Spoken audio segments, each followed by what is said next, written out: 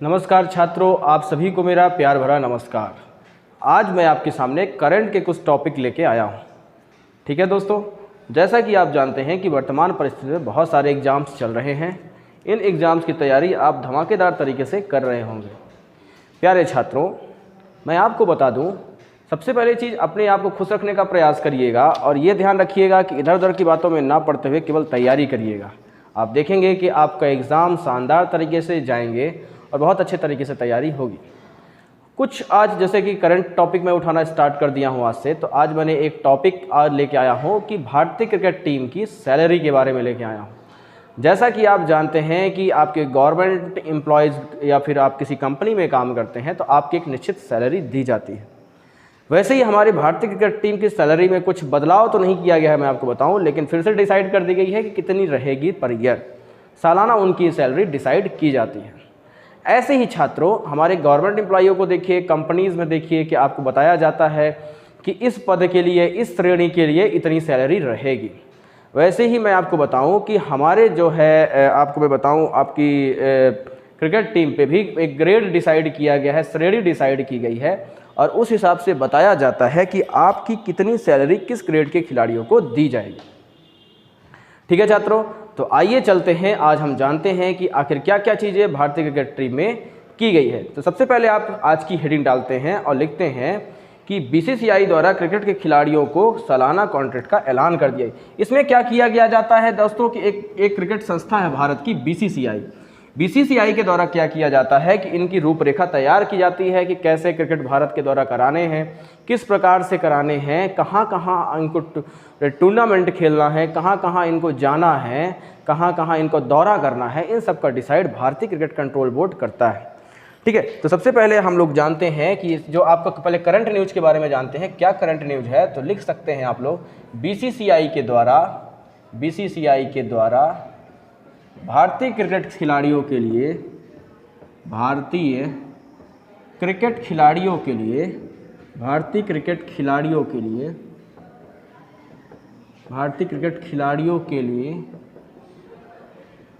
2022-23 के लिए सालाना कॉन्ट्रैक्ट का ऐलान। भारतीय क्रिकेट कंट्रोल बोर्ड ने क्या किया है कि ये सालाना कॉन्ट्रैक्ट डिसाइड कर दिया है 2022-23 के लिए कि उनको इतनी सैलरी दी जाएगी। प्यारे छात्रों, आप सोच रहे होंगे कि ऐसा मैं क्यों कह रहा हूं कि 2022-23, क्योंकि ये जो कॉन्ट्रैक्ट है इनको दिया गया है अक्टूबर 2022 से अक्टूबर 2023 तक के लिए ऐलान किया गया है। प्यारे छात्रों, इनका मतलब ये है कि इनको अक्टूबर 2022 से लेके अक्टूबर 2023 तक एक साल में कितनी सैलरी दी जाएगी, ये इनको इस पर डिसाइड कर दिया गया है। प्यारे छात्रों, जैसा कि आप जानते हैं कि आपके गवर्नमेंट में या फिर कंपनीज़ में एक डिसाइड होता है कि इस पद के लिए इतनी सैलरी होगी, इस श्रेणी के लिए इतनी सैलरी होगी, इस श्रेणी के लिए इतनी सैलरी और महंगाई भत्ता दिया जाएगा। ऐसे ही बीसीसीआई ने क्रिकेट के खिलाड़ियों की श्रेणी बांटी है। वो कौन कौन सी श्रेणी बांटी है जरा देखिए। सबसे पहला श्रेणी कैसी श्रेणी बांटी है मैं आपको बताऊं। सबसे पहले जो खिलाड़ी होंगे ए प्लस श्रेणी के होंगे। सबसे पहले खिलाड़ी ए प्लस श्रेणी के होंगे, फिर ए के होंगे, फिर बी के होंगे, फिर सी के होंगे। कुछ इस प्रकार से इन्होंने श्रेणी डिसाइड की है कि इस खिलाड़ी को ग्रेड में रखा गया। जो भी ए प्लस श्रेणी के खिलाड़ी होंगे उनकी जो सैलरी होगी 7 करोड़ रुपए सालाना होगी। जरा सोचिए, 7 करोड़, यानी आप कह सकते हैं कि 7 करोड़ रुपए एक साल में इनको दिए जाएंगे। आप कह सकते हैं लगभग आपको 60 से 65 लाख रुपए इनको पर मंथ दिया जाएगा।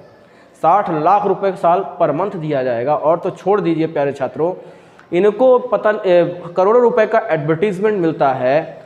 सोशल साइट्स जैसे इंस्टाग्राम हो गया, फेसबुक हो गया, ट्विटर हो गया, अलग से इनकी कमाई होती है। कमाई के जरिए इनके बहुत सारे हैं, उनके बहुत सारे खुद के भी बिजनेस चलते हैं। समझ पा रहे हैं? तो सैलरी तो इनकी एक नाम मात्र की चीज़ होती है कि 7 करोड़ रुपए इनको मिल रहे हैं, उनकी एक्स्ट्रा कमाई भी बहुत ज़्यादा हो जाती है। समझ पा रहे हैं? जो भी ए ग्रेडी के खिलाड़ी होंगे उनको 5 करोड़ रुपए सालाना दिया जाएगा और जो बी ग्रेड के खिलाड़ी होंगे ग्रेड के, उनको 3 करोड़ रुपए सालाना दिया जाएगा और जो सी ग्रेड के खिलाड़ी होंगे उनको 1 करोड़ रुपए सालाना दिया जाएगा। प्यारे छात्रों, इस प्रकार से इनकी सैलरी डिसाइड की गई है कि 7 करोड़, 5 करोड़, 3 करोड़, 1 करोड़। ठीक है। अब आइए जरा जानते हैं कि इसमें महत्वपूर्ण खिलाड़ी कौन कौन से हैं, ये भी आपको जानना चाहिए कि कौन कौन से महत्वपूर्ण खिलाड़ी हैं जिनको इतनी सैलरी दी जाने वाली है, कभी कभी एग्जाम में पूछ लिया जाता है। रोहित शर्मा आप जानते हैं इसके इंडिया टीम के कप्तान भी हैं, इनको 7 करोड़ रुपए सालाना दिया जाएगा, इनको A+ में रखा गया है। विराट कोहली हो गए, विराट कोहली भारतीय क्रिकेट के भरोसेमंद खिलाड़ी कहे जाते हैं। अगर भरोसा किया जा सकता है तो लोग कहते हैं विराट कोहली पे करो, ये बंदा मैच जिताएगा। रविंद्र जडेजा भी इस श्रेणी में आते हैं, रविंद्र जडेजा और हार्दिक पांड्या, ये लगभग 4 खिलाड़ी जो हैं ये इनको A+ श्रेणी में रखा गया है। इनको 7 करोड़ रुपए इनको दिया जाएगा प्यारे छात्र, ठीक है। बी ग्रेड की श्रेणी की अगर मैं बात करूं तो बी ग्रेड में थोड़ी क्षमा चाहूंगा मैं, इसमें जसप्रीत बुमराह है, हार्दिक पांड्या को A में रखा गया है। A+ में जसप्रीत बुमराह है, जसप्रीत बुमराह बहुत अच्छे खिलाड़ी हैं, बहुत बढ़िया फास्ट बॉलिंग करते हैं, अच्छी स्पीड इनकी रहती है, लगभग 150 किलोमीटर/आवर की स्पीड से बॉलिंग करते हैं। इसके बाद यहाँ पे A ग्रेड की बात करूँ तो हार्दिक पांड्या जो है तो A ग्रेड में जानते हैं आते हैं, और इनकी खास बात क्या है कि ये हमारे भारतीय क्रिकेट टीम के ऑलराउंडर खिलाड़ी हैं, ठीक है, भारतीय क्रिकेट टीम के ऑलराउंडर खिलाड़ी हैं और ये शानदार भी, ये भी बैटिंग भी करते हैं और बॉलिंग भी करते हैं। R अश्विन जानते हैं आप, स्पिनर हैं, R अश्विन ये भी क्या कहते हैं A में आते हैं, R अश्विन हो गए, ठीक है। अक्षर पटेल को भी A में शामिल कर लिया गया है, अक्षर पटेल को A में शामिल नहीं किया गया है, ठीक है, हाँ बिल्कुल A में है। अक्षर पटेल, मोहम्मद शमी, ये सब ये A में है, मोहम्मद शमी, अक्षर पटेल बहुत अच्छे खिलाड़ी हैं वर्तमान में। इसको अक्षर पटेल आप जानते हैं अभी कुछ दिन पहले ऋषभ पंत का एक्सीडेंट हुआ है, वो भी उनको भी A में रखा गया है। बेहतरीन खिलाड़ी है, युवा खिलाड़ी है, लेकिन अभी कुछ दिन पहले इनका एक्सीडेंट होने के कारण भगवान की कृपा रही कि इनको ज़्यादा चोटें नहीं आई और आज हमारे भारतीय क्रिकेट का एक सितारा अभी भी हमारे सामने खेलेगा, ठीक है। इसके बाद हम बात करते हैं बी ग्रेड के खिलाड़ियों की। बी ग्रेड में कौन कौन से, इनको सैलरी कितनी दी जाती है, 3 करोड़ रुपए। इसमें कौन कौन से महत्वपूर्ण खिलाड़ी हैं, इनके 2-3 ही खिलाड़ियों का नाम याद रखिएगा जो इस समय फेमस हैं।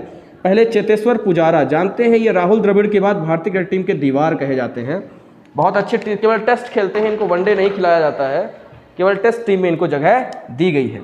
चेतेश्वर पुजारा, ठीक है, चेतेश्वर पुजारा को क्या है कि रखा गया है किसमें, बी ग्रेड में, ठीक है। अब इसके बाद एक महत्वपूर्ण इस समय फेमस खिलाड़ी हैं सूर्य कुमार यादव, जो T20 के बादशाह कहे जा रहे हैं, 360 डिग्री भी इनको कहा जा रहा है।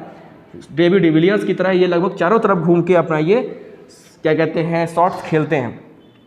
चेतेश्वर पुजारा के बाद अगर मैं बात करूं, अभी दोहरा शतक लगाया था शुभमन गिल ने वनडे में, इनको भी बी ग्रेड में रखा गया है। शुभमन गिल बहुत स्मार्ट खिलाड़ी, युवा खिलाड़ी है ये शुभमन गिल। सी ग्रेड की श्रेणी में कुछ इंपॉर्टेंट खिलाड़ियों के नाम याद कर लीजिए, बहुत ज़्यादा आपको याद करने की जरूरत नहीं है। शिखर धवन का नाम याद कर लीजिए, यजुवेंद्र चहल और उमेश यादव। शिखर धवन का नाम याद कर लीजिए, पहले ये A में आते थे, इनकी श्रेणी गिर चुकी है, A+ तक में शिखर धवन गए थे, A में आए, B में आए, अब C में आ चुके हैं। शिखर धवन है ना, शिखर धवन की श्रेणी गिर चुकी है, ठीक है। और यहाँ पे अगर मैं बात करूँ कि शिखर धवन हो गए, और इसके बाद की क्या कहते हैं संजू सैमसन, उमेश यादव भारतीय टीम के स्टार अच्छे फास्ट बॉलर हैं उमेश यादव। संजू सैमसन अभी केस में भी फंस गए थे, आप जानते हैं, एक रेस्टोरेंट में महिला से वाद विवाद इनका हो गया था और उस बीच में ये फंस गए थे, अभी वाद विवाद में केस में ये फंसे हुए थे, ठीक है। तो ये रहे कुछ महत्वपूर्ण क्रिकेट खिलाड़ी जिनकी इतनी सैलरी है। अब कुछ हम जानते हैं कि वास्तव में ये BCCI है क्या, जो आपके एग्ज़ाम के लिए वास्तव में बहुत इंपॉर्टेंट है, जैसे कि पटवारी हो गया, वनडे एग्ज़ाम, फॉरेस्ट भी आने वाला है और बहुत सारे एग्ज़ाम्स आने वाले हैं, उनके लिए बहुत इंपॉर्टेंट है आपका। जैसे कि मान लीजिए कुछ मैं चीज़ें और बताने वाला हूँ, और क्रिकेट के जैसे कि मान लीजिए आपके कुछ इंपॉर्टेंट ये पूछ दिए जाते हैं कि क्या कहते हैं कौन कौन से शब्द हैं जो शब्दावली यूज की जाती है, उसके बारे में भी पूछ दिया जाता है। तो आइए ज़रा देखते हैं कौन कौन सी चीज़ें इंपॉर्टेंट हो सकती हैं। चलिए ज़रा BCCI की बात करूँ मैं तो BCCI का पहले फुल फॉर्म आप याद कर लीजिए। BCCI का फुल फॉर्म है board of control of cricket in India. Board of control of cricket in India, cricket in India, ये आपका इंपॉर्टेंट है, ये जरूर याद कर लीजिए। BCCI का फुल फॉर्म बोलिए, board of control of cricket in India, board of control of cricket in India, बार बार बोलिए, board of control of cricket in India, board of control for, of की जगह फॉर लिख लीजिए, सॉरी छात्रों, ऑफ की जगह board of control for cricket in India, board of control for cricket in India. इसकी जो स्थापना हुई थी प्यारे छात्रों 1928 में हुई थी। बीसीसीआई की स्थापना हुई थी 1928 में और इसका जो मुख्यालय है, बीसीसीआई का जो मुख्यालय है वो मुंबई में है प्यारे छात्रों। कहाँ है? मुंबई में है। और ये वानखेड़े, मुंबई में भी एक जगह है वानखेड़े स्टेडियम भी आप जानते हैं फेमस है, वानखेड़े में है। कहाँ है? मुंबई में वानखेड़े में इसका मुख्यालय है बीसीसीआई का। बीसीसीआई ही क्या करता है कि पूरी सारी चीज़ें क्रिकेट के बारे में डिसाइड करता है कि भारत में क्रिकेट में क्या क्या चीज़ें होंगी। अगर मैं विश्व की बात करूं तो विश्व में क्या है सबसे ज़्यादा जो क्रिकेट के बारे में अगर सब ध्यान रखता है तो है आईसीसी। आईसीसी का फुल फॉर्म है international cricket council, international cricket council. यह जो है प्यारे छात्रों ये इंटरनेशनल क्रिकेट काउंसिल ये पूरे विश्व स्तर पर, जैसे कि मान लीजिए आईसीसी के जैसे कि कौन कौन से कप करा सकता है, जैसे आईसीसी के विश्व कप कराता है, चैंपियन ट्रॉफी कराता है, महिला विश्व कप कराता है, टी20 विश्व कप कराता है, 50-50 विश्व कप कराता है। जितने भी आईसीसी के ट्रॉफीज हैं वो कौन देखता है? ये इंटरनेशनल क्रिकेट काउंसिलिंग देखता है। समझ पा रहे हैं? अब आइए जानते हैं कुछ इंपॉर्टेंट फैक्ट जो आपके एग्जाम्स में पूछे जाते हैं क्रिकेट से संबंधित। क्रिकेट से संबंधित कुछ इंपॉर्टेंट फैक्ट आपको पूछे जाते हैं, वो आपको पता होना चाहिए। जैसे कि पहला इंपॉर्टेंट फैक्ट आप लिख सकते हैं प्यारे छात्रों कि जो सबसे पहला जो क्रिकेट का जो जन्मदाता है, क्रिकेट का जन्मदाता, क्रिकेट का फादर आप कह सकते हैं, जन्मदाता इंग्लैंड को माना जाता है। इंग्लैंड ने ही सबसे पहले क्रिकेट खेलना शुरू किया था, इंग्लैंड को क्रिकेट का जन्मदाता माना जाता है। पहली बार जो क्रिकेट खेला गया वह टेस्ट खेला गया। ठीक है, क्या खेला गया प्यारे छात्रों? टेस्ट खेला गया। और टेस्ट में पहली बार प्यारे छात्रों 1877 में खेला गया। वो खेला गया इंग्लैंड और ऑस्ट्रेलिया के बीच में खेला गया। किसके बीच में खेला गया? इंग्लैंड और ऑस्ट्रेलिया के बीच में खेला गया। ठीक है प्यारे छात्रों। फिर पहला 11वीं मैच जो है, पहला 11वीं मैच की अगर मैं बात करूं प्यारे छात्रों 1971 में खेला गया पहला 11वीं मैच। ये भी इंग्लैंड और ऑस्ट्रेलिया के बीच खेला गया। किसके बीच खेला गया? इंग्लैंड और। 11वीं की बात करूं तो पहले 11वीं मैच 60 ओवर के हुआ करते थे, फिर 50 ओवर के होना शुरू हो गए। पहले 11वीं मैच 60 ओवर के हुआ करते थे, फिर 50 ओवर के होना शुरू हो गए। अब 50 ओवर का 11वीं मैच। 11वीं इसलिए कहा जाता है क्योंकि एक दिन में खेला जाता है, इसलिए इसको 11वीं मैच कहा जाता है। ठीक है प्यारे छात्रों। आईसीसी का मुख्यालय मैंने नहीं लिखवाया था शायद, तो आईसीसी का मुख्यालय लिख लीजिए। आईसीसी का जो मुख्यालय है वो दुबई में है प्यारे छात्रों।